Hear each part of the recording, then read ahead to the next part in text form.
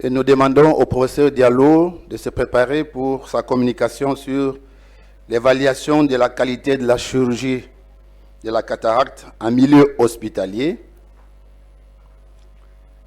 Et en troisième lieu, nous suivrons la conférence sur le taux de chirurgie de la cataracte en Afrique subsaharienne, état des lieux et perspectives, communication qui sera faite par le professeur Ayena du Togo.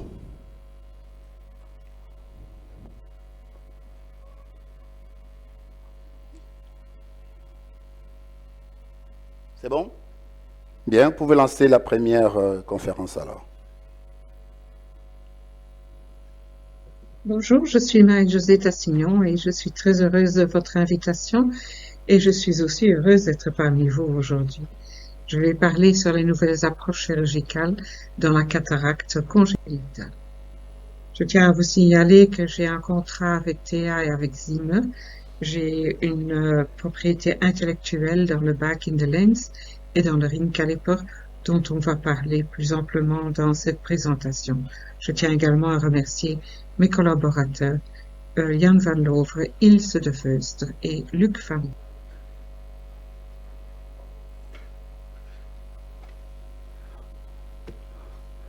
Bonjour, je suis Marie-Josée Tassignon et je suis très heureuse de votre invitation et je suis aussi heureuse d'être parmi vous aujourd'hui.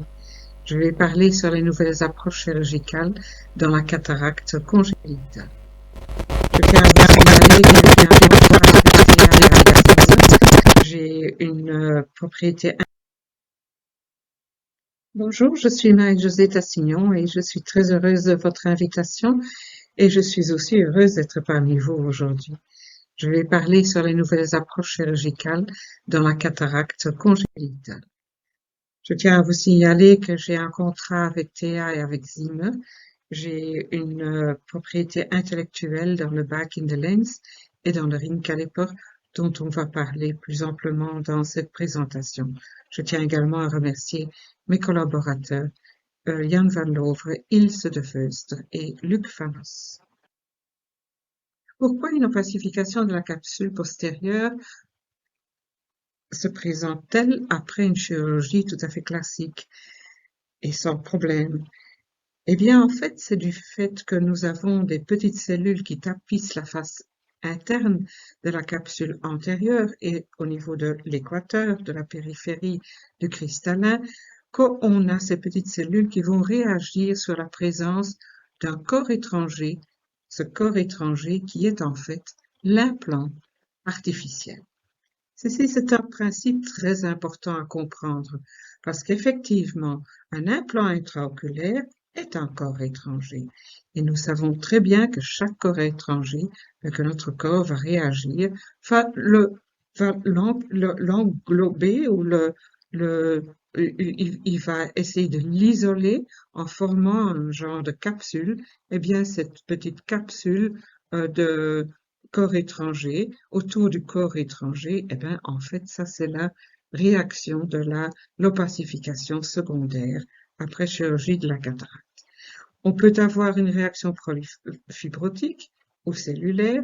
En fonction de l'importance de cette réaction fibrotique ou cellulaire, on va avoir une opacification plus ou moins importante et même une contraction de cette réaction fibrotique qui va déplacer l'implant dans l'œil.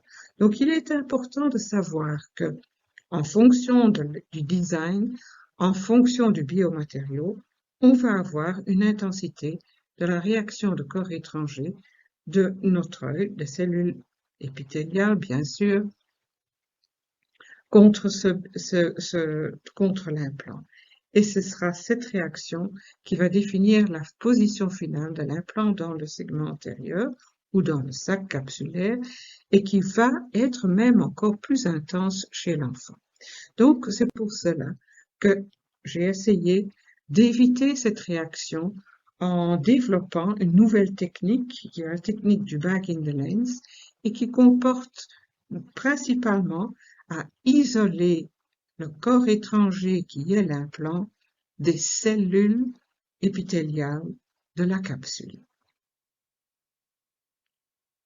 En fait, cet implant va également respecter l'anatomie de l'interface antérieure.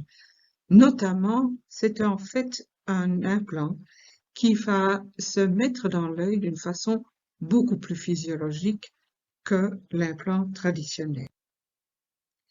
L'espace de Berger, qui est en fait l'espace ou l'interface qui correspond à l'interface antérieure, a été décrite en 1887 par Émile Berger, et puis après a été encore une fois observé lors d'une dissection dans le laboratoire du docteur Jan Worst de Groningen en Hollande, et il a pu découvrir que cet espace n'est pas petit du tout. Si vous voyez toute cette plage blanche centrale, ça c'est en fait l'espace de Berger. Et c'est en fait cet espace qu'on va employer pour mettre l'implant.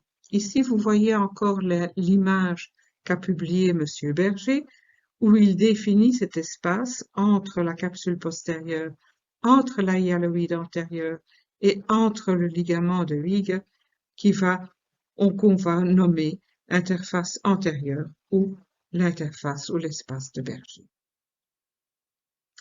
L'espace de Berger, lorsqu'on voit sur un schéma, un dessin schématique, vous voyez que cet espace chez l'adulte est assez grand.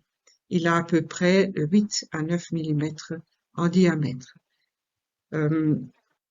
Est-ce que cet espace, on peut l'avoir pendant une chirurgie? Ben oui.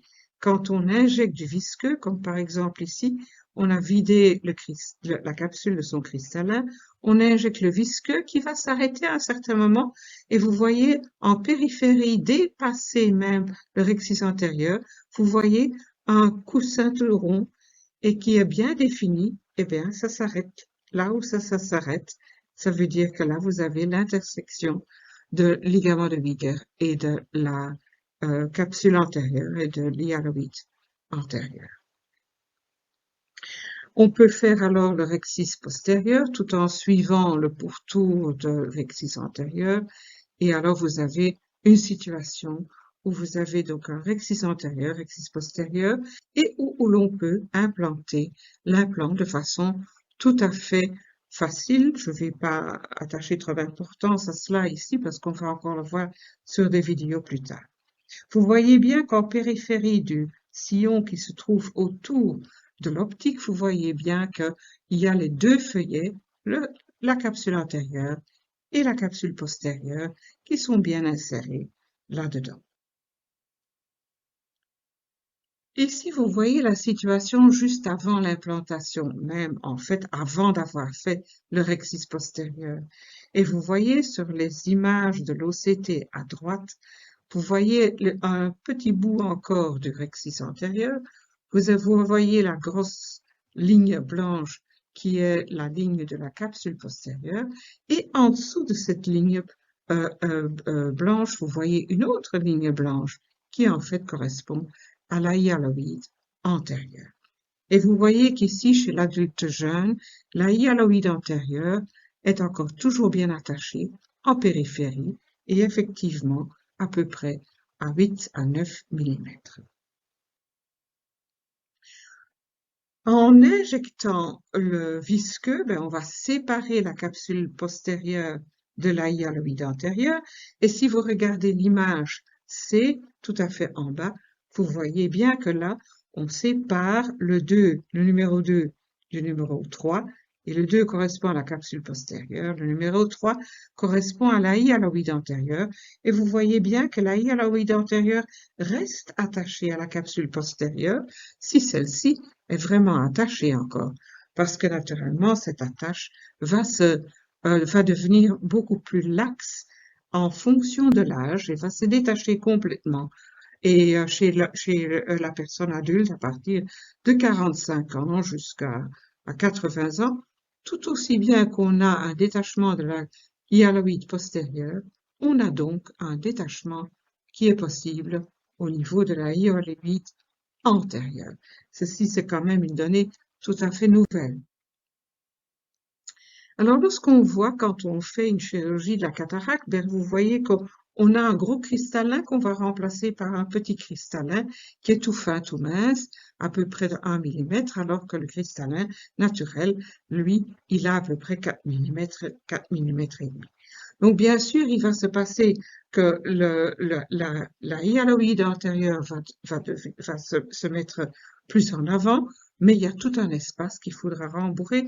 Et c'est pour ça qu'en injectant le visqueux, il faut pas l'enlever, il y a de la place assez. Le cristallin est tellement gros qu'en injectant le visqueux, on va tout simplement compenser ce, ce volume qu'on vient d'enlever, qui est en fait le volume du cristallin. Donc, il ne faut pas avoir peur. Quand on enlève, quand on injecte ce visqueux, on peut le laisser. Il va certainement pas provoquer une hypertension intraoculaire.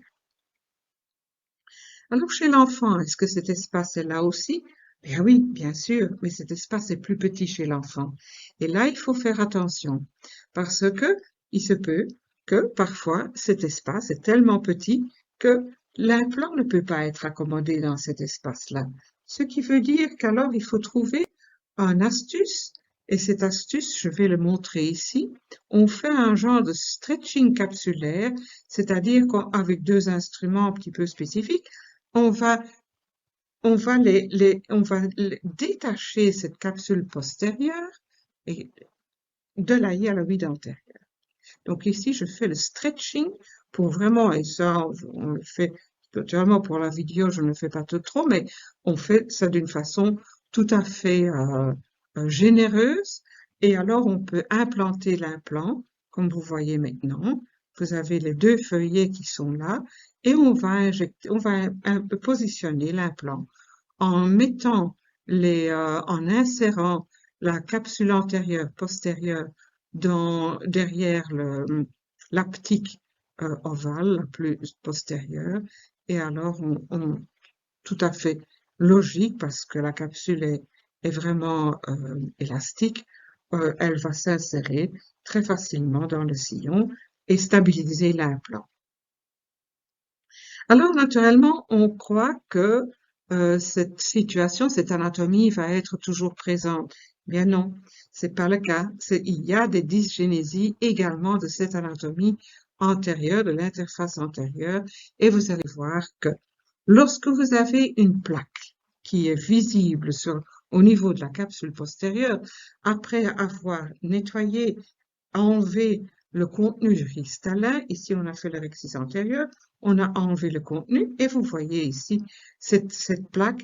Eh bien, lorsque vous voyez cette plaque, vous avez à 100%, vous avez une dysgénésie, une malformation de la capsule postérieure et de la hyaloïde antérieure qu'on peut vraiment bien voir sur cette image au CT. On voit cette capsule postérieure avec une prolifération au niveau de cette plaque au-dessus et en dessous de la capsule postérieure. Donc, cela veut dire qu'il y a un genre de réparation cellulaire qui se fait tant au niveau du cristallin qu'au niveau du vitré. Et ça, c'est quelque chose qui est tout à fait nouveau et qu'on a décrit en fait en 2018 et qu'on a publié et qui est en fait une entité nouvelle de type de cataracte congénitale de l'enfant, qui est en fait l'interface à cataracte suite à une dysgénésie de l'interface vitréo-lenticulaire. Lorsqu'on veut injecter le visqueux, donc vous voyez ici que j'essaye de disséquer la hyaloïde antérieure de la capsule postérieure, et ça ne va pas très bien au niveau de cette fibrose, cette réaction fibrotique, parce que cette plaque garde très bien la capsule postérieure et la hyaloïde antérieure ensemble. Elle ne se détache pas si facilement.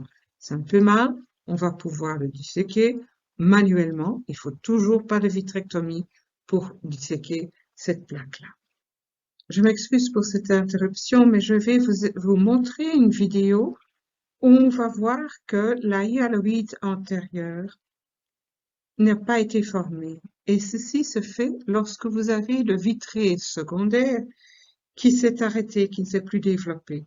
Et vous voyez ici qu'il y a une prolifération centrale et qu'il y a aussi les processus ciliaires qui sont attirés vers la partie centrale par cette fibrose qui se trouve là au centre de l'image. Et ici, je suis en train de nettoyer, j'enlève le cristallin et on voit très bien que il y a une plaque fibrotique qui est vascularisée. Il y a cette petite queue, là, cette petite euh, queue qui se trouve là derrière, qu'on voit également au niveau de cette OCT. On peut l'objectiver. On voit aussi des petits morceaux du reste du cristallin qui se trouvent derrière la capsule postérieure, ce qui veut dire en fait que les zonules sont perméables et qu'il y a des petits morceaux de cristallin qui sont culbutés vers la partie postérieure. Vous voyez bien qu'il y a une vascularisation, que cette vascularisation est toujours effectivement là. Donc, il faudra faire attention lorsqu'on veut séparer ou lorsqu'on veut enlever la capsule postérieure au niveau du rexis qu'on doit faire pour implanter l'implant. Et on va maintenant injecter à travers le petit trou qui a été fait, on va injecter le visqueux et vous allez voir que le visqueux ne s'étale pas comme vous avez vu tout à fait au début. Ce visqueux va tomber dans le vitré. Pourquoi? Parce que ce vitré n'est pas formé. Donc ici, on a une dysgénésie au niveau de la formation du vitré secondaire et on n'aura en fait pas du tout de hyaloïde antérieur, pas du tout de membrane de Huygens. La question qui se pose ici, est-ce qu'on va avoir ici la possibilité de séparer la capsule postérieure de ses adhésions avec le processus ciliaire et avec cette plaque fibrotique qui est vascularisée qu'on va devoir enlever après? Eh bien oui, ça marche. On passe cet espace qui est quand même un petit peu dangereux, si on peut dire, un petit peu risqué au point de vue des hémorragies. Et par-ci par-là, il y a même aussi un petit peu des adhésions avec ce qui est le vitré, mais qui n'est pas formé tout à fait et qui veut faire des adhésions avec la capsule postérieure pour bien attacher ce vitré, mais qui est naturellement difficile à le faire parce que ce vitré est vraiment tout à fait prémature, si on peut dire. Ici, je coagule la partie vascularisée afin d'éviter, quand on va couper cette structure-là, qu'on n'ait pas d'hémorragie. Vous voyez que je peux très facilement séparer ces processus ciliaires ici, qui sont tout à fait détendus à l'extrême, et on peut absolument les séparer très facilement. Je ne bute pas contre un espace et ici on enlève en fait l'espace d'Erkelet avec le canal de Cloquet et une fois que c'est enlevé, eh ben, il ne faut même pas faire de vitrectomie, on peut immédiatement implanter l'implant parce qu'avec l'implant, on va avoir un genre de hublot qui va sécuriser les deux compartiments et qui va éviter que le vitré vienne dans la chambre antérieure.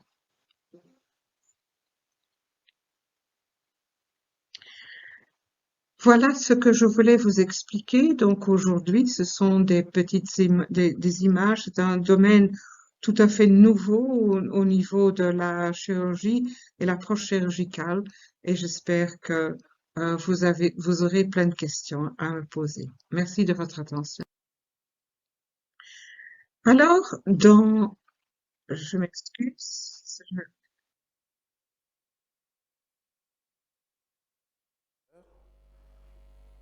Nous allons prendre quelques questions.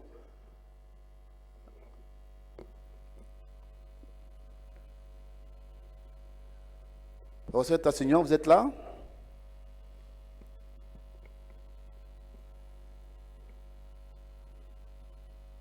Ça ne passe pas? Bien, peut-être que nous pourrions lui transférer les questions et éventuellement il pourra intervenir en différé. Alors, avant de lancer la deuxième conférence, nous demandons à tous les TSO de rejoindre la salle Panorama pour leur atelier. Il y a un atelier qui est prévu pour les TSO.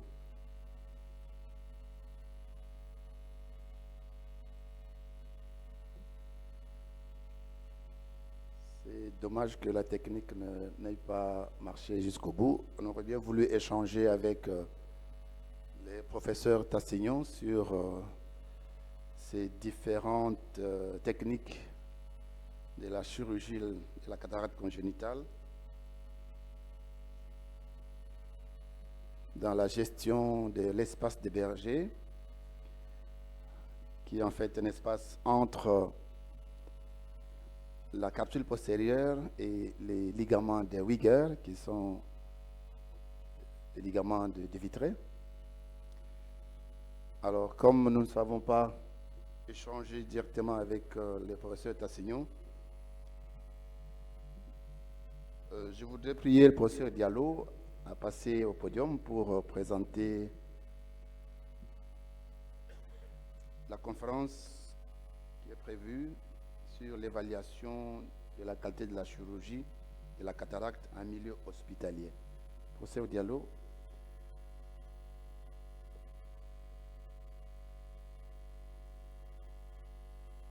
Professeur Diallo nous vient du pays des hommes intègres, hein? de Ouaga. Bobo Dioulasso. J'ai bien prononcé les mots. Hein? Vous avez la parole.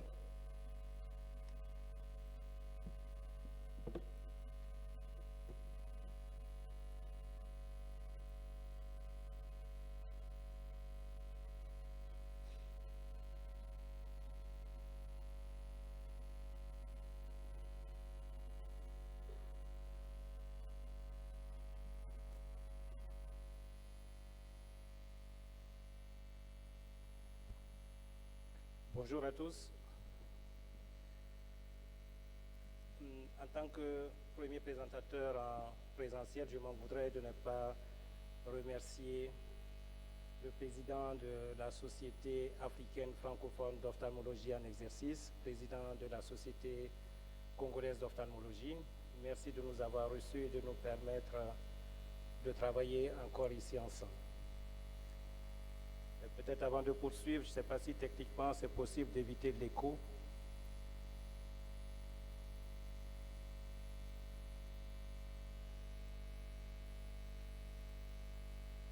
Allô? Voilà, merci beaucoup. Je voudrais aussi remercier mon maître, le secrétaire permanent de la Société africaine francophone d'ophtalmologie, le professeur Fanny, et tous mes autres maîtres ici présents, et vous remercier vous tous pour s'être déplacés ici pour participer à nos activités scientifiques. Je vous remercie le comité d'organisation qui m'a chargé de traiter de l'évaluation de la qualité de la chirurgie de la cataracte en milieu hospitalier. Selon l'Organisation mondiale de la santé, il y a à peu près 2,2 milliards de personnes atteintes de déficience visuelle. Et la moitié de cette population présente une déficience qui aurait pu être évitée ou une déficience curable, au nombre desquelles se trouve la cataracte. Et environ 65 à 70 millions de personnes à travers le monde souffrent de la cataracte. Le rapport mondial sur la vision.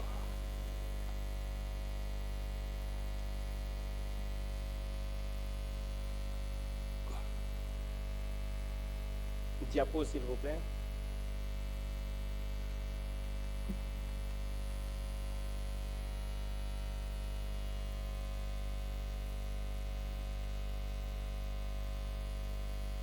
Diapo, voilà, merci. Le rapport mondial sur la vision en 2020 a établi que nos systèmes de santé sont confrontés à des difficultés sans précédent et a établi le postulat, le ministre de la Santé le rappelait tout à l'heure, que les soins oculaires intégrés, centrés sur la personne, peuvent stimuler l'action et permettre ainsi de relever les défis. Il y a des recommandations fortes qui ont été faites et rappelées à nouveau par le ministre tout à l'heure. Il s'agit premièrement d'intégrer les soins oculaires dans la couverture sanitaire universelle, de mettre en œuvre les soins oculaires intégrés centrés sur la personne, promouvoir une recherche de qualité, ce qui fait l'objet de mon entretien, surveiller les tendances et évaluer les progrès, ce que nous allons évoquer tout à l'heure. Et enfin, cinquième recommandation très très forte, elle était de sensibiliser, mobiliser et autonomiser les populations et les communautés en matière de soins oculaires. Il faut pouvoir s'évaluer pour s'améliorer parce que la chirurgie de la cataracte contribue au développement durable et fait l'objet d'un faible suivi dans les pays en développement, alors que l'évaluation de cette chirurgie que nous pratiquons tous les jours est d'un niveau très très faible, et ceci fait que la cataracte, qui représente quand même un vrai problème de santé publique, puisque elle est responsable, lorsqu'elle n'est pas opérée, de 35% des cas de cécité dans le monde. Et le suivi de l'évaluation permet de planifier et d'argumenter les décisions au plan politique et au plan institutionnel. On ne gère bien que ce que l'on mesure, c'est bien connu. Et on sait aussi que les mauvais résultats de la chirurgie de la cataracte aggravent le problème de cécité dû à la cataracte. Nous devons donc réussir la chirurgie lorsque nous décidons de la faire. La qualité de la chirurgie et la satisfaction du patient sont des moteurs également des services durables. Alors, il faut s'évaluer pour s'améliorer.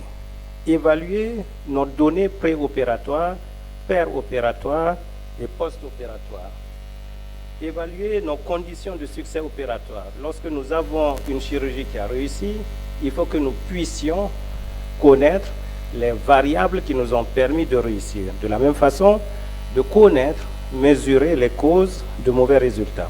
Évaluer nos protocoles opératoires et la motivation et les informations nécessaires pour améliorer les résultats de cette chirurgie. Améliorer nos conditions humaines et matérielles parce que nous avons évalué. Améliorer nos techniques en observant et en nous comparant aux techniques de référence.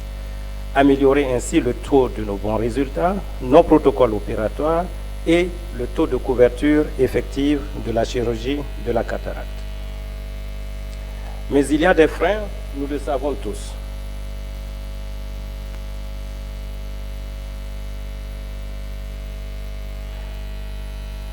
Les données, les freins en particulier, il s'agit du volume de travail que chacun de nous a dans nos différents services. Nous savons que nous sommes en permanence débordés par les activités de consultation, les activités chirurgicales, mais également les activités administratives. Et nous savons que nos différents services sont déficitaires en matière de ressources humaines et ressources humaines qualifiées. Le second frein est une culture d'assurance qualité peu développée dans les services de chirurgie. Il y a aussi le faible accès aux systèmes et outils d'aide à l'amélioration continue de la qualité. Les préoccupations sur les cas complexes nous prennent également du temps, sans compter la formation que nous faisons également dans nos structures. Et le faible taux de suivi des patients, en raison des difficultés qui fait qu'ils ne reviennent pas, ne nous permettent pas non plus de connaître véritablement l'effet, l'impact de ce que nous faisons. L'OMS a défini en 2020 la notion d'indice de couverture sanitaire universelle. Et cet indice implique des principes, des points qui sont requis pour pouvoir définir et calculer cet indice. Parmi ces indicateurs se trouve la couverture effective de la chirurgie de la cataracte. Il faut se rappeler certaines définitions de l'OMS pour pouvoir ainsi évaluer. Et donc, nous allons nous accorder sur ces définitions telles qu'elles ont été données par l'OMS. Il faut savoir ce que l'OMS appelle cas prévalent de la cataracte opérable. Il s'agit de toutes les déficiences visuelles et cécité, principalement dues à la cataracte. Les cas prévalents de la cataracte opérée, ce sont l'ensemble des déficiences, en fait tous les cas de cataracte opérés indépendamment des résultats fonctionnels. Et les cas prévalents de la cataracte opérée avec un bon résultat visuel, il s'agit de la disparition de la déficience visuelle suite à la chirurgie de la cataracte. L'OMS a défini également la couverture effective de la chirurgie de la cataracte en disant qu'il s'agit du nombre d'individus pseudophaques unis ou bilatéral. Je reviens. Excusez-moi. La couverture de la chirurgie de la cataracte est un rapport entre le nombre d'individus opérés, donc qui sont pseudophaques unis ou bilatéral, rapporté au nombre d'individus présentant une cataracte opérable, ajouté au nombre d'individus opérés. Il est important de bien définir les variables pour pouvoir ensuite comparer ce que nous faisons. La couverture effective de la chirurgie de la cataracte, elle correspond au nombre d'individus. Il s'agit bien d'individus et non des yeux. Le nombre d'individus opérés avec un bon résultat, tel qu'il est défini par l'OMS, rapporté au nombre de cataractes opérables plus le nombre des patients opérés. Le tout exprimé en pourcentage. Les bons résultats sont définis selon la catégorisation de l'OMS qui distingue les déficiences visuelles légères avec une acuité comprise entre 5 dixièmes et 3 dixièmes, les déficiences modérées entre 3 dixièmes et 1 dixième et les déficiences sévères qui sont comprises entre 1 dixième et 1 vingtième. En deçà de 1 vingtième, on tombe dans la cécité. Mais il n'y a pas que l'acuité visuelle dans cette catégorisation, il faut tenir compte également du champ visuel. Lorsque le champ visuel central est réduit à moins de 20 degrés, il s'agit d'une déficience visuelle sévère, et lorsque ce champ visuel est réduit en bas de 10 degrés, il s'agit d'une cécité. L'OMS a également des critères de qualité de la chirurgie qui intègrent l'efficacité, l'efficience, la sécurité, mettre la personne au centre du traitement, c'est-à-dire une prise en charge holistique de la personne dans des délais adéquats avec une certaine équité, une intégration. Alors tout ça va nous imposer des méthodes et comment donc il va falloir évaluer ce que nous faisons. Le plus souvent, il s'agit d'enquêtes rapides, qui sont des enquêtes d'évaluation rapide. Ces enquêtes utilisent des examens ophtalmologiques simplifiés, avec pour inconvénient d'une détermination difficile des causes de déficience visuelle, c'est-à-dire qu'on n'a pas la prévalence des autres causes de morbidité associées à la cataracte. Ces enquêtes rapides n'utilisent pas toujours les mêmes définitions opérationnelles. Nous avons chaque praticien, auteur, qui va donner des définitions opérationnelles pour son étude, ce qui rend difficile de comparer les études. Il y a peu de stratification des échantillons pour respecter des populations hétérogènes, et aussi il y a une faible évaluation, ce qui crée un biais pour les patients que nous ne revoyons pas. Alors, pourtant, pour évaluer, il faut avoir une méthodologie de travail rigoureuse, avec des normes de qualité à partir des référentiels. Et saisir ces données avec promptitude, c'est-à-dire au fur et à mesure que nous avons des données, il faut les saisir. Et les saisir avec complétude. Et nous voyons souvent des dossiers qui sont inexploitables parce que saisis à moitié, parce que les informations ne sont pas complètes. Je pense surtout aux dossiers qui traitent des patients dans les urgences. Le plus souvent, les assistants, les internes ou même les praticiens ne prennent pas tout le temps de s'occuper de tout ce qui est renseignement sur papier ou numérisé dans certaines cliniques ou certains hôpitaux actuellement. Prenons le temps d'être prompt, c'est vrai, mais d'être surtout complet. Et les rapports doivent être rédigés régulièrement. Il ne faut pas différer la rédaction d'une observation dans nos structures. Chaque malade, avant de quitter, à la fin de la consultation, doit avoir un dossier, qu'il soit numérisé ou dossier physique. Et rendre les rapports disponibles. Disponibles d'abord pour tous ceux qui sont dans votre clinique, ceux qui sont dans votre hôpital, puis après on verra comment les rendre disponibles ailleurs. Et avoir un retour d'information sur tous les acteurs qui ont pris part aux soins oculaires concernant donc votre activité. Il y a des outils qui sont connus pour cela.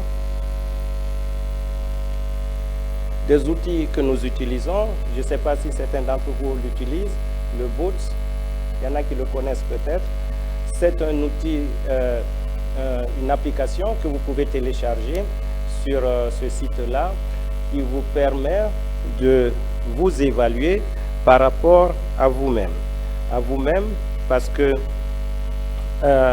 cet outil-là va d'abord vous demander dans un premier temps de vous étalonner, de saisir vos 60 yeux consécutifs en post-op à J1.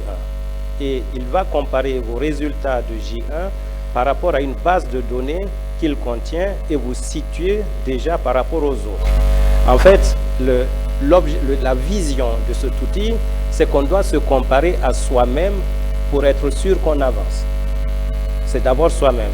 Je finis d'opérer, je saisis les dossiers, les résultats à J1 de mes patients et je peux me dire, ok, je suis un résident en apurement, je me fixe un taux de succès de X% par rapport aux normes de l'OMS. Et je me compare à moi-même et le logiciel pas à pas va vous dire où vous en êtes et quelles sont vos difficultés. Deuxième étape, pour votre amélioration, il va vous demander de saisir le dossier de 20 patients consécutifs qui vous ont créé des problèmes avec des mauvais résultats.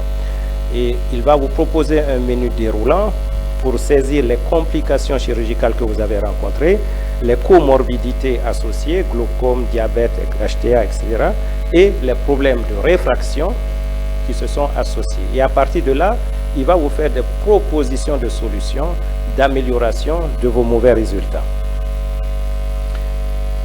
Un autre outil bien connu est le SROC, qui est la surveillance des résultats des opérations de la cataracte que l'OMS a élaboré, avec au début enfin, un gros questionnaire qui est illisible ici. Dans la première partie, c'est l'identité du patient, puis les données préopératoires, c'est-à-dire l'acuité visuelle préopératoire, l'état du patient, etc., le segment antérieur, le segment postérieur quand il est visible, les données péropératoires, la technique utilisée, les voies d'abord, les complications péropératoires rencontrées, puis les données post-opératoires avec l'acuité visuelle et les incidents et accidents qui sont survenus par la suite.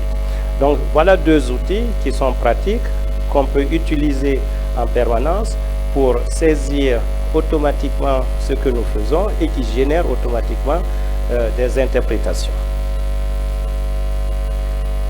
Alors nous avons parcouru une centaine de travaux faits en milieu hospitalier en Afrique subsaharienne qui ont traité de la cataracte sénile en utilisant des techniques différentes, FACO-A ou extra simple ou bien FACO-E, dans les pays membres de la SAFO et des travaux publiés à partir de 2012.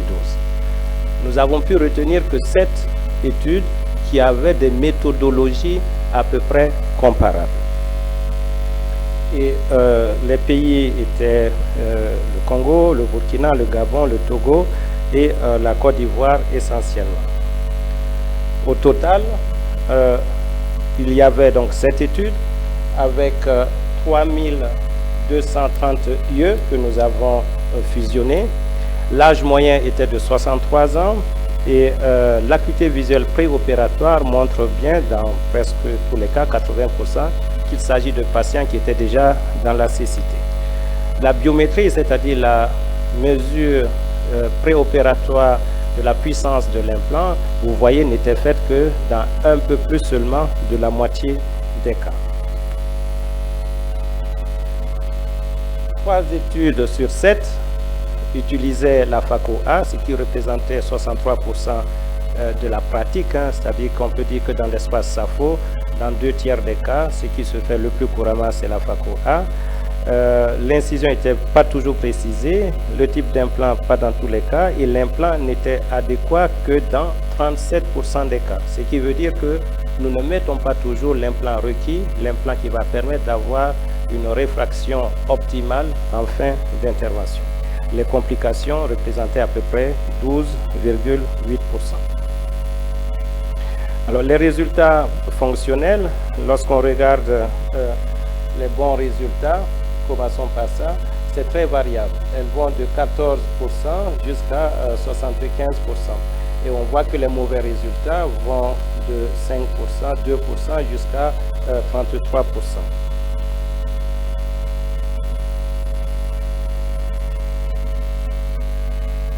Diapo. Alors, le suivi post-opératoire, et là aussi, vous voyez qu'il n'est pas systématique avec des délais variables. La moyenne était de 57 jours sur 5 études sur 7, avec une moyenne de visite de l'ordre de 4 visites. Là aussi, peut-être nous pourrons en discuter de la pertinence du nombre de visites post-opératoires que nous imposons à nos patients. Est-ce qu'il ne faut pas faire des études pour savoir combien de visites un patient doit avoir pour se faire opérer? En pratique, comment ça se passe? Si nous réfléchissons et en parcourant les études, on se rend compte qu'il y en a qui ont près de 7 visites, c'est-à-dire la visite du diagnostic, la visite pour montrer les bilans préopératoires, la visite pour décider de l'intervention, le jour de l'intervention, le J1 de l'intervention, le J7, le J15, le J30, le J45, le J60, et il y en a même qui font J90. Donc, on sait aussi que le facteur freinateur de la chirurgie de la cataracte, c'est la multiplication des visites, parce que le patient vient, il ne voit pas, il vient pour voir, il voit le plus vite possible. Et on voit ici qu'il y a un minimum de 4 visites. On sait que dans les pays dits modernes, c'est vrai que même si nous n'avons pas les moyens, nous devons savoir ce qui se fait de bien. En Europe, avec la FACO-E, c'est J1 en ambulatoire, vous rentrez chez vous, si tout va bien, rendez-vous à J30 pour faire vos lunettes complémentaires, et puis c'est fini. Et là même, ce n'est pas forcément le chirurgien qui le fait, c'est votre ophtalmo du secteur qui peut refaire vos lunettes. Et les erreurs réfractives n'ont été évaluées que dans une seule étude. 2 études sur 7 mentionnaient la complication que nous redoutons tous, l'œdème du cornée, qui était de l'ordre de 39%.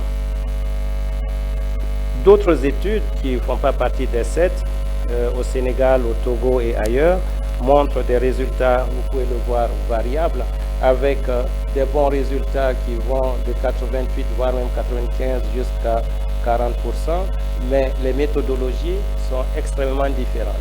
Et les mauvais résultats vont de à peu près 1% jusqu'à 15%, suivant les critères d'inclusion des patients, suivant les techniques utilisées. Néanmoins, on voit que globalement, les résultats sont très disparates.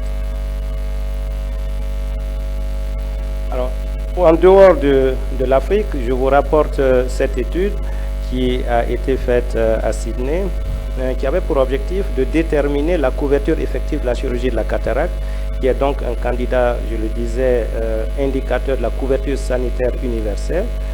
Et cette étude avait pour objectif donc de déterminer la couverture effective de la chirurgie de la cataracte et la couverture de la chirurgie de la cataracte tout court. Ils ont utilisé des enquêtes RAB réalisées accessibles à partir du 1er avril 2016, des études faites de 2005 à 2013 dans 20 pays, en retenant l'étude la plus récente de chaque pays inclus. Les résultats ont été classés selon l'acuité visuelle, en bon, limite et mauvais selon l'OMS.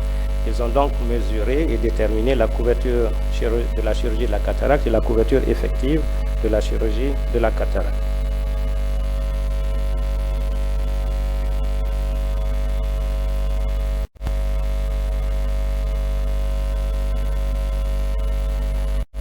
Ils ont utilisé donc cette grille d'évaluation fournie par l'OMS.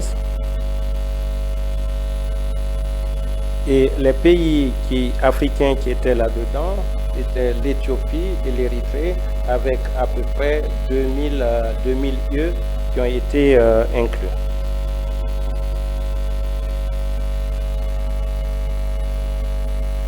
Au total, 20 pays ont été inclus et ils ont retenu 5474 lieux qu'ils ont évalués. Et là, le taux de couverture de la chirurgie de la cataracte était de 53%. Vous voyez qu'on est à peine au-dessus de la moitié, lorsqu'on va même au-delà de plusieurs pays avec des méthodologies presque semblables. La couverture effective, c'est-à-dire le nombre de bons résultats rapportés au nombre de cataractes opérables plus les cataractes opérées, était de 36%. C'est vrai, j'en parlais tout à l'heure, ces résultats sont variables parce qu'il y a beaucoup de limites. Des limites qui sont des freins à la chirurgie de la cataracte, parmi lesquelles on peut noter parfois l'éducation des patients dans certains pays, en Afrique du Sud, mais il n'y a pas que l'éducation des patients. Si on regarde le prix, on voit que dans des pays comme la Libye, le Cameroun, le prix quand même représente un facteur limitant de la chirurgie de la cataracte. Alors, qu'est-ce qu'il faut retenir? Il faut retenir que pour évaluer, il faut d'abord planifier. Planifier, c'est qu'il faut changer et de manière définie, déterminée, écrite, afin que les résultats puissent s'améliorer. Une fois qu'on a planifié cela, il faut exécuter ce qu'on a dit qu'on va changer et effectuer effectivement le changement, observer les résultats après les changements, afin d'avoir une attitude corrective dans l'action suivante, et ça constitue une boucle permanente. Faire ce qu'on a dit qu'on va faire, écrire ce qu'on a fait et prendre des attitudes correctives par rapport aux écarts entre ce qu'on a dit qu'on va faire et ce qu'on a fait. En conclusion, je dirais que l'évaluation de la qualité de la chirurgie de la cataracte nécessite d'utiliser des outils de référence, d'harmoniser nos différents protocoles dans les différents pays, et ceci va nous permettre d'améliorer continuellement nos soins et nos résultats. Ainsi, nous pourrons impacter positivement en améliorant la couverture effective de la chirurgie de la cataracte. Je vous remercie de votre attention.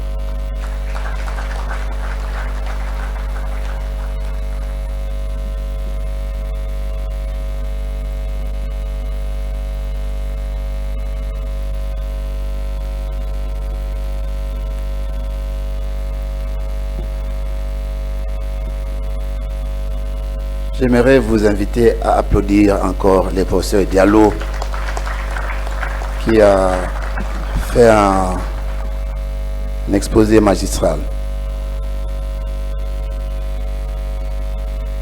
En effet, nos congrès sont des moments dédiés à des échanges scientifiques. Et ce sont les sociétés savantes qui déterminent les lignes de conduite. Et là, professeur Diallo est revenu sur l'importance des audits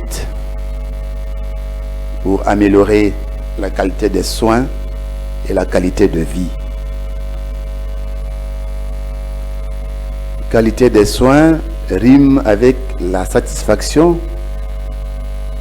et du prestataire, mais aussi et surtout du bénéficiaire. Et lorsqu'on parle de cataracte, c'est améliorer la vie de la personne en lui apportant la vue qu'elle a perdue. Et pour cela, il y a des protocoles, il y a des méthodologies. Peut-être qu'au niveau de la SAFO, il faudra bien se mettre d'accord sur une méthode qui soit adoptée plus ou moins par tous pour que demain nos résultats soient comparables. Quand on voit la grande disparité des résultats, par moment on s'est dit quelle est la meilleure méthode que nous pouvons utiliser pour que nos résultats soient valables. Et donc peut-être qu'il faudra créer un petit forum au sein de la SAFO, mais ce secrétaire général paiement n'est pas là, pour que on se dise tel outil pourrait être le mieux adapté dans nos conditions à nous. Comme professeur Diallo est avec nous en présentiel, je pense que nous pouvons faire un petit débat autour de sa communication. S'il y a des confrères qui veulent apporter un plus ou qui ont besoin des éclaircissements sur l'un ou l'autre aspect de cette conférence, nous allons prendre 2, 3 ou 4 questions. Protocole, il y a un micro-baladeur.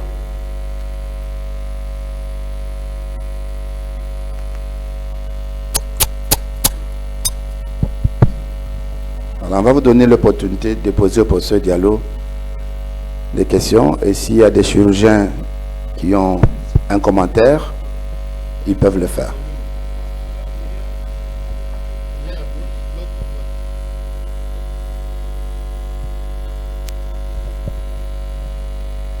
Ils viennent avec le micro-baladeur, s'il vous plaît.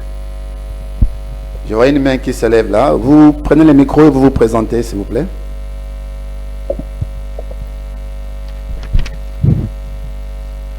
Merci. Professeur Agrégé Ngangangabou du Congo-Brazzaville. Je remercie le professeur Diallo pour ce brillant exposé et surtout pour le thème qui est à l'ordre du jour. Je me souviens encore des échanges avec le professeur Fanny sur la page de la SAFO qui parle déjà de l'heure du passage à la phaco-émulsification en Afrique, donc l'amélioration de la qualité de la chirurgie.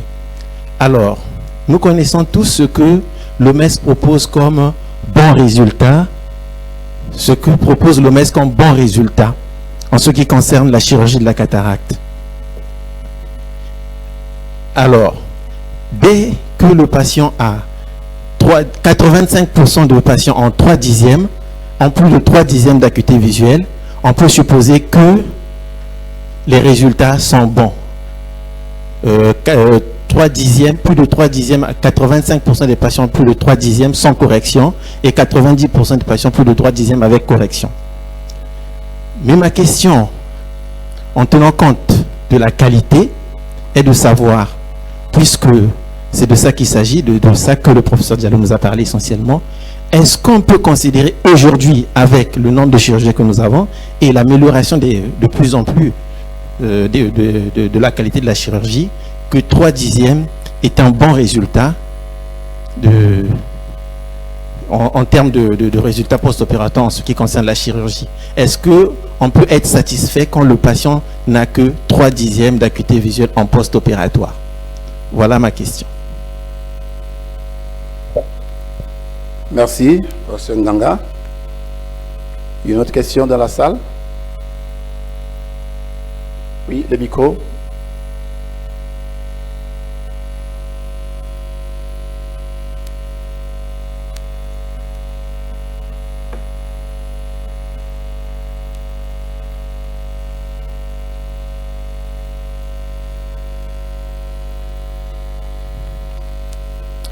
Merci pour la parole. Merci pour la présentation. C'est Dr Jean-Paul Lukinga Witanene, interne à l'université de Lubumbashi. Ma question s'adresse au professeur Jean et j'aurais voulu savoir la place de l'opacification secondaire dans la couverture des chirurgies de cataracte. Merci.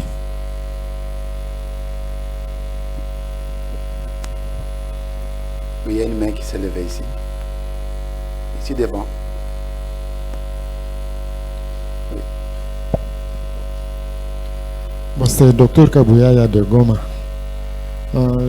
Je voulais savoir, compte tenu de la difficulté qu'on a pour la phaco, notamment le coût de l'appareillage, le coût des consommables et le personnel qu'il faut entraîner pour ça.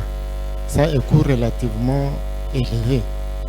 Bon, l'alternative qui est conseillée et encouragée pour les conditions que nous vivons chez nous, dans la réalité quotidienne, c'est d'encourager la small incision avec la biométrie.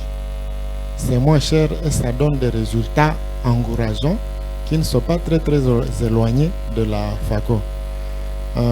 Chez le professeur, je ne sais pas l'expérience qu'ils ont dans ce domaine-là. Et aussi chez nous, peut-être dans notre pays, qu'est-ce que nous avons comme politique vis-à-vis de cela, compte tenu du fait que ce n'est pas du jour au lendemain qu'on pourra pratiquer la phaco dans la plupart de nos centres de santé oculaire. Bon, je voulais aussi savoir concernant les difficultés que nous avons qu'a la population pour accéder aux soins, ce qu'on appelle souvent les barrières pour accéder aux soins oculaires. Quelles sont les principales difficultés que vous avez là-bas et comment vous faites pour les aborder? Oui.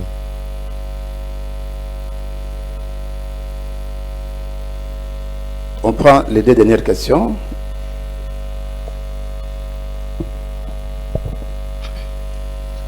Merci. Moi, je suis Dr Bachir Nomadium, je suis de la Guinée. Alors, je remercie le professeur Diallo. Et ma question va à peu près dans le même sens que le confrère du Cameroun. Alors, moi, au vu de ces résultats, d'analyse de ces résultats, je crois que la question qui se pose, c'est pas aller vers la phaco-émulsification, mais plutôt améliorer la qualité de la formation et encourager le small C, le 6, la small incision of cataract surgery. Moi, je crois que c'est dans ce sens qu'il faudra falloir que la SAFO s'apaisantisse pour qu'on fasse des échanges entre nos écoles, des formations intégrées pour des échanges de capacités et par rapport à l'amélioration de la chose, de la capacité accessible et encourager à ce que les centres aient le matériel nécessaire, les échographes et le biomètre et aller vers les implants pliables. Parce que même avec le 6, on peut avoir des implants pliables qui peuvent être facilement implantés avec un Rexis. C'est à peu près le même résultat que la phaco-E. Je crois que est-ce que la SAFO ne peut pas penser à aller vers cette formation qui va faire des échanges entre nos pays et améliorer la qualité de la chirurgie pour nos patients que nous recevons. Merci.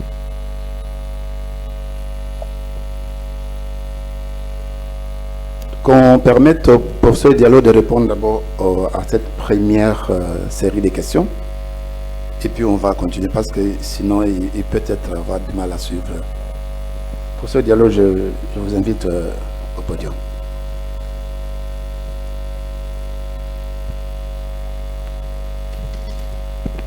Merci à tous pour l'intérêt accordé à cette communication. Alors, première question, est-ce qu'on peut se satisfaire de 3/10? Ça me renvoie à une session de la SAFO, de la SFO, pardon, il y a 3 ans, et je parle sous contrôle des membres de la SFO qui étaient là. Voyez-vous, on ne doit donner à celui qui demande que ce qu'il demande. Je veux dire, les besoins en termes de vision d'un pilote de chasse ne sont pas les mêmes qu'un Peul qui a Firguindi, qui a 4-5 moutons qu'il voit tous les jours.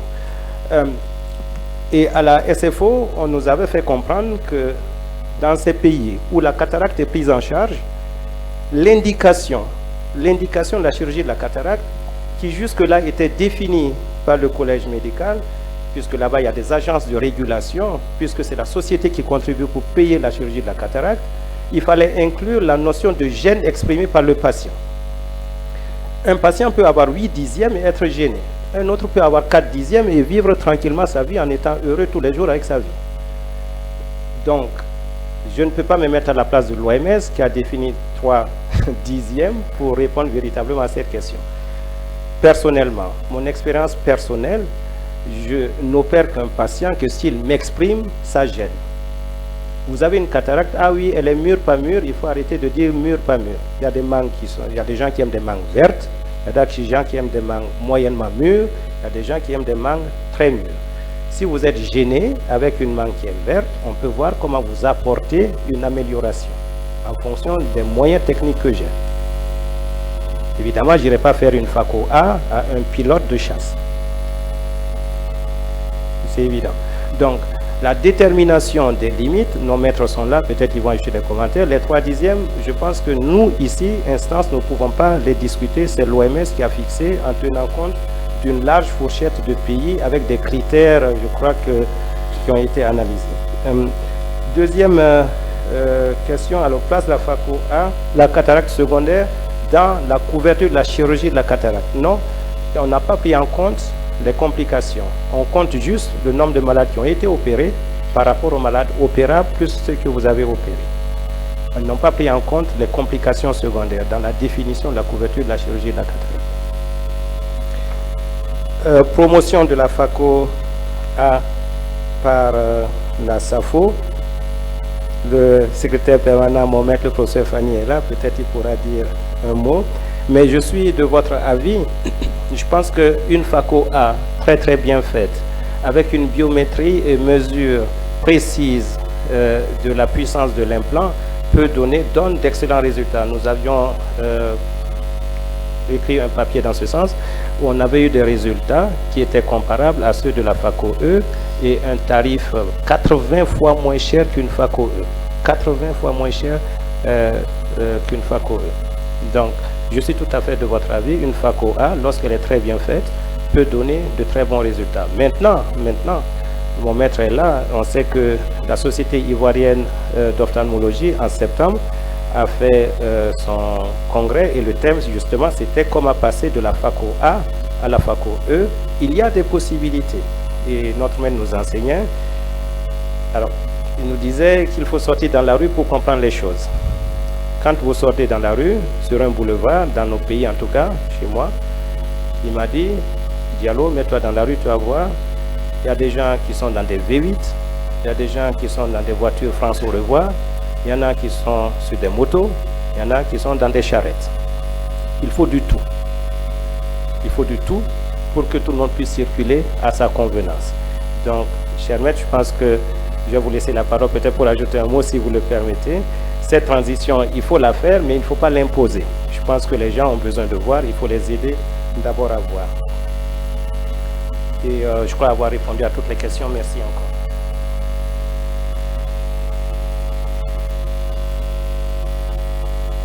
Le professeur Diallo a réclamé le mot du secrétaire permanent. Le professeur Diallo a insisté. Alors, professeur Fanny, s'il vous plaît.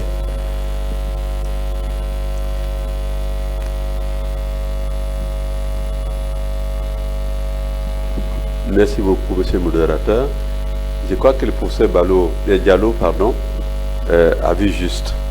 Il faut du tout dans une société. Vous savez, moi j'ai encore en tête les résultats d'une étude anglaise qui a vu une société avec 30 000 personnes qui ont été opérées de la cataracte. Et dans ces 30 000 sociétés opérées de cataracte, il y avait un certain nombre de réussites et d'échecs. Mais en même temps, ils ont comparé la vie de cette société à la vie d'une société dans laquelle on ne fait que l'abaissement. Et ils en sont arrivés à la conclusion que la société dans laquelle il y a l'abaissement, elle est encore utile. Comprenez un peu qu'on parle ici d'abaissement et dit que l'abaissement est encore nécessaire. Mais tout est une question de contexte. Moi, la vieille grammaire qui est au fond de la case qu'on accuse de sorcellerie parce qu'elle ne voit pas, parce qu'elle est simplement une cataracte blanche totale, quand on lui fait un abaissement, elle sort de sa maison. On ne souhaite pas du tout être dans les rétrogrades à ce point. Mais c'est pour vous dire qu'il faut du tout. La SAFO, en Côte d'Ivoire, par exemple, la Société ivoirienne d'ophtalmologie a fait un congrès dans lequel il disait de la FACO A à la FACO E. Mais aucune des deux entités ne sera abandonnée. Il faut continuer à travailler. Et je crois que c'est quelqu'un, un collègue de Guinée qui disait tout à l'heure qu'on peut faire la FACO A avec un REX6. Je ne l'ai jamais pratiqué, mais j'ai vu pratiquer avec de très bons résultats. FACO A, REX6 correct, implant dans les sacs. Et le malade a une cicatrisation un peu plus lente que l'autre, mais il marche très bien, l'implant est calculé, il va très bien. Donc il faut du tout. Il faut aller vers la FACO E. Ça s'imposerait à nous, forcément. Mais il faut savoir qu'on a besoin de tout. Il faut du tout dans la société. Maintenant, qu'est-ce que la SAFO doit faire pour cette transition? La SAFO, les dinosaures sont là. Je pense qu'on doit se battre pour que tout le monde existe, mais que tout le monde travaille bien au profit de notre société. Et cette société, comme l'a dit le professeur Diallo, il a tout à fait raison. quand vous sortez dans les rues d'Abidjan ou dans les rues d'autres villes de tous nos pays, il y a du tout. Certains sont à charrette, d'autres à vélo, d'autres à moto, d'autres en voiture. Et dans les voitures, il y a même des catégories qui sont des catégories supérieures. Donc il faut du tout. Il ne faut rien abandonner, mais il faut faire dans l'excellence, la qualité. Si vous faites Faco A, faites bien votre Faco A. Et je me souviens, ce médecin que j'avais invité pour faire des greffes de cornée chez vous, en Côte d'Ivoire, qui venait du Kenya, je crois, mais c'était un Indien, il s'appelait Kogale. Il opérait très bien. Il faisait les rexis, il mettait l'implant. Et il nous disait, si j'ai un souci, si c'est vous qui devez m'opérer, ne m'opérez pas avec la Faco E, opérez-moi avec Faco A. Compte tenu des risques, etc. C'est pour dire qu'on a besoin du tout. Et là, ça faut faire en sorte qu'il y ait la promotion de la Faco A, mais opérée dans de très bonnes conditions. Parce que toutes nos populations ne peuvent pas avoir accès à la Faco E aujourd'hui. En tout cas, dans les 10 ans qui viennent. Il faut de la patience, mais entre-temps, il faut bien opérer les gens. Il faut les opérer dans les meilleures conditions possibles. Je pense que tout est ouvert. C'est une perche tendue à la SAFO. Moi, je rapporterai au conseil exécutif. On en discutera. Les 2 présidents sont côte à côte, même 3, 4e. Et peut-être que dans les années à venir, peut-être à Libreville en 2014, en 2024, peut-être qu'on en parlera. Merci encore.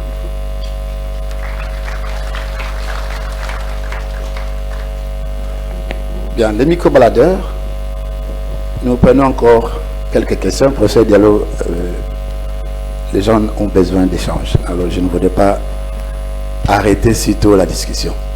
Oui, merci. Dr Kabangou, Kinshasa RDC. Je voudrais, si bien que j'ai bien suivi, poser la question.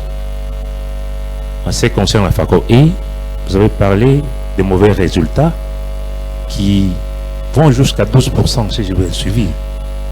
Compte tenu du coût et même de l'accessibilité à cette technique, je voudrais savoir les causes principales de ces mauvais résultats dans cette technique Faco E.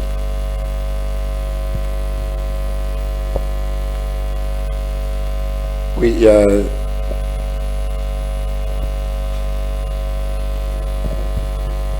merci. Docteur Sidi Zissou, ophtalmologiste béninoise. Je remercie le professeur Diallo et tous mes maîtres présents dans cette salle.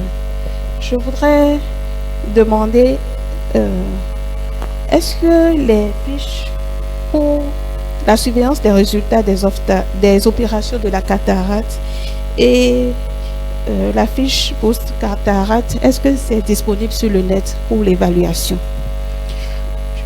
Ma deuxième question, c'est de savoir les 3/10 qu'on recommande après la chirurgie de la cataracte. C'est sans correction, je crois. Mais selon ma connaissance, en fait, est-ce que après le résultat de la chirurgie de la cataracte, on ne pourrait pas prendre en compte aussi l'acuité visuelle avec correction? Vu que lorsqu'on fait les chirurgies en milieu forain ou bien en communautaire, on ne calcule toujours pas les plans à mettre en chambre postérieure. Merci.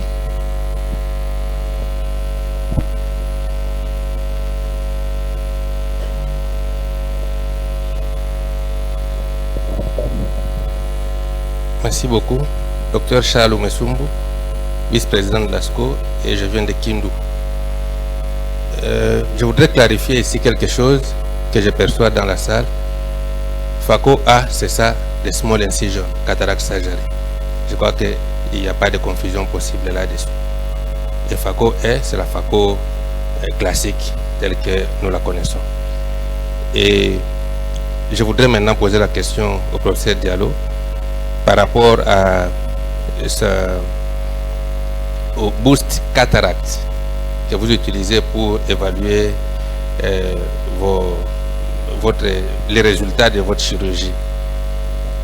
Nous avons utilisé les SROC, mais les SROC s'arrêtent à une centaine de cataractes. Lorsque vous arrivez à 100, ok, on s'arrête. Il faut encore une série de 100. Je ne sais pas si Boost Cataract permet d'aller au-delà de 100. pour continuer la série.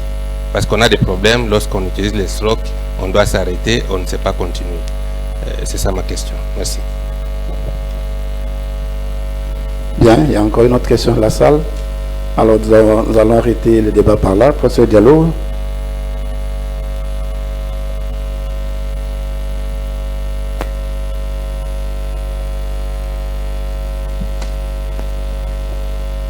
Merci de me redonner encore la parole. Pour les mauvais résultats de la FACO E, vous avez demandé, FACO E. Personnellement, nous ne faisons pas de FACO E dans mon expérience, nous faisons des FACO A. Et vous avez vu que les FACO E, dans la centaine d'études que nous avons parcourues, il n'y avait que 6% d'études qui publiaient des résultats FACO E et les causes de mauvais résultats n'étaient pas véritablement détaillées. Je profite répondre à une question, j'avais oublié, les barrières aux soins. La principale barrière, lorsque on fait des études, en tout cas chez nous, la principale barrière, contrairement à ce qu'on croit, elle n'est pas économique. La première des barrières, c'est la non-disponibilité du personnel soignant. C'est-à-dire que le malade qui va quitter le village, qui va venir, qu'on va cotiser pour qu'il arrive à l'hôpital, il a sa consultation. On dit que le professeur Diallo est parti en congrès à Kinshasa. Ce malade-là, il n'aura plus vraiment l'envie de revenir.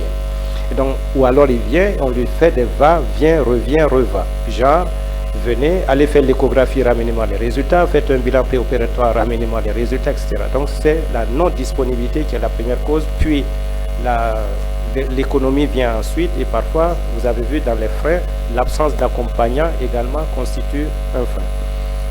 Alors, le stroke, on peut le retrouver, vous pouvez le télécharger sur Internet, et vous avez la fiche qui est gratuite, vous la saisissez de façon numérique sans problème.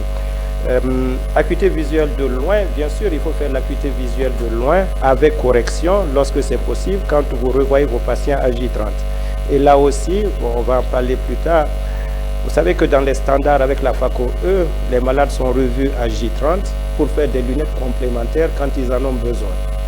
Alors, est-ce que nous, avec la FACO A, je dis bien la FACO A, est-ce qu'il faut faire les lunettes à J30 ou bien plus tardivement, en tenant compte de quoi? Des traitements post-opératoires que nous utilisons. Est-ce que ces traitements sont standardisés? Comment est l'œil en réalité à J30? Comment est l'astigmatisme? Comment est la macula? On sait que toute chirurgie induit un œdème maculaire, etc. Les J30 ont été définis le plus souvent par la FACO E. Je dis bien FACO E. Avec la FACO A, est-ce qu'il faut s'arrêter à J30? Donc, je suis tout à fait d'accord avec vous. Il faut évaluer les patients avec une correction. C'est plus intéressant et donner la correction à ceux qui en ont besoin. Alors, le bourse, personnellement, ce n'est pas ce que nous utilisons de préférence. Le stroke que nous utilisons, c'est juste une application, vous l'avez vu, qu'on peut télécharger. Il propose en deux phases.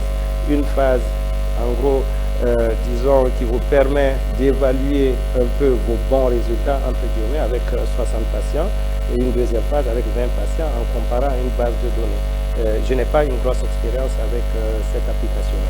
Celle que nous utilisons, c'est le stroke et nous avons même une étudiante qui a fait le travail là-dessus.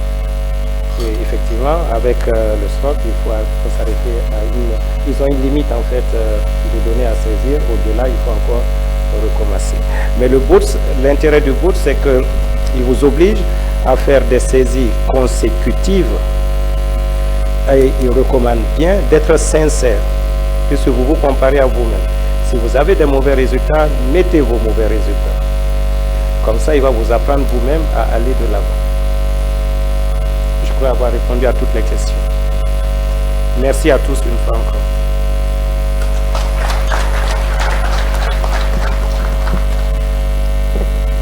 Je vais donner la parole à un des maîtres d'école qui veut apporter un complément. Professeur V, s'il vous plaît.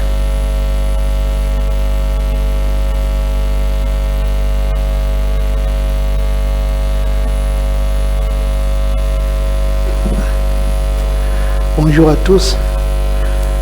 Vous savez, nous maintenant, quand on prend la parole, il y a des gens qui prennent un livre d'histoire, ils se disent, bon, il va encore nous raconter une histoire qui n'est pas de très loin. C'est que ça la vie en fait. Moi, nous, ce qu'on a observé, ces dizaines d'années que nous avons exercé, c'est l'évolution de la société. C'est vraiment un facteur à prendre en compte. Vous avez entendu tout à l'heure le discours du ministre. On prend une médecine qui est centrée, un développement qui est centré sur l'individu. Et il faut se méfier de l'individu. Vous avez vu lors du Covid-19, comment est-ce que c'est nous qui sommes devenus des apprentis et c'est les civils, comme on dit, qui sont devenus nos maîtres. Parce qu'ils ont trouvé les traitements, ils ont trouvé ceci, ils ont trouvé... Donc les médecins ne savaient même plus comment réagir. Moi, j'ai vécu ça en ophtalmo, petit à petit. J'ai 2 séries d'élèves, hein, des élèves qui sont pro CX, pro FACO A, et d'autres qui sont pro vraiment FACO E. Et j'encourage les deux. Pourquoi? Parce que les gens qui viennent se faire au pays te disent j'ai une cataracte. C'est lui qui te dit déjà j'ai une cataracte. Parce qu'il sait ce que c'est. Il est allé sur le net. Et puis il te dit bon, je voudrais me faire opérer au laser. Quand on m'a posé pour la première fois le problème du laser, ça avait la peine de sortir. Heureusement, j'avais lu qu'il y avait le gars qui était là, il avait lu des choses bien avant moi ce matin. Puis il me dit non, mais professeur, moi on n'opère pas au laser encore là. Moi je veux me faire opérer au laser. Qu'est-ce que vous faites devant quelqu'un comme ça? Donc vous allez avoir des gens dont vous demandez la FACO E.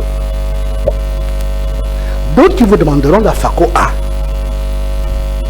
Mais la seule chose que je demande, c'est qu'il faut que vous travaillez l'excellence de votre technique.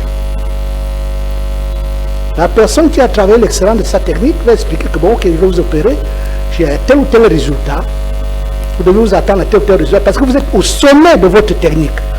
Vous pouvez mieux expliquer les choses, vous n'êtes pas un charlatan. Donc le problème qui se pose au niveau des sociétés, c'est qu'on a beaucoup de techniques. Nous, au niveau de la SAFO, et c'est important, je parle là sur le couvert du professeur Fanny, c'est d'amener l'amélioration des techniques, la qualité des techniques. Faites la technique qu'il faut, mais il faut que vous soyez dans la grande qualité. Et c'est pour ça qu'il faut donner tous les moyens qu'il faut. Des formations seront faites par la science, mais d'autres formations seront faites également en FACO E. Tout en sachant que nous serons évalués. Nous serons maintenant évalués par les patients qui n'hésiteront pas à aller dans plusieurs endroits pour évaluer exactement la technique que vous avez faite. C'était juste cette contribution. Hein. Le débat FACO A, FACO E, FACO A. Bon, non, on est au niveau, on a 2 techniques là, mais il faut qu'il y ait vraiment qu'on développe l'excellence dans ces techniques-là. Et être avec une population qui évolue dans sa demande, y compris la demande technique. Je vous remercie.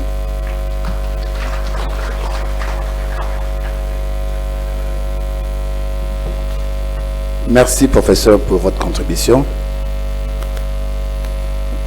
Lorsque j'étais étudiant à l'université de Kinshasa en 3e gradia, il y a un de nos maîtres qui nous disait un jour: votre métier sera soumis au jugement sévère des malades. Et quand j'entends professeur V nous dire que les patients vont nous exiger ce que nous devons faire, cette parole est remontée à moi. Et donc, nous devons, n'est-ce pas, aller vers la qualité, quelle que soit la technique, pour obtenir des bons résultats. Nous allons marquer une pause. C'est la pause café et visite des stands pour 30 minutes. Et à 11h45, nous revenons dans la salle pour poursuivre nos activités. Merci.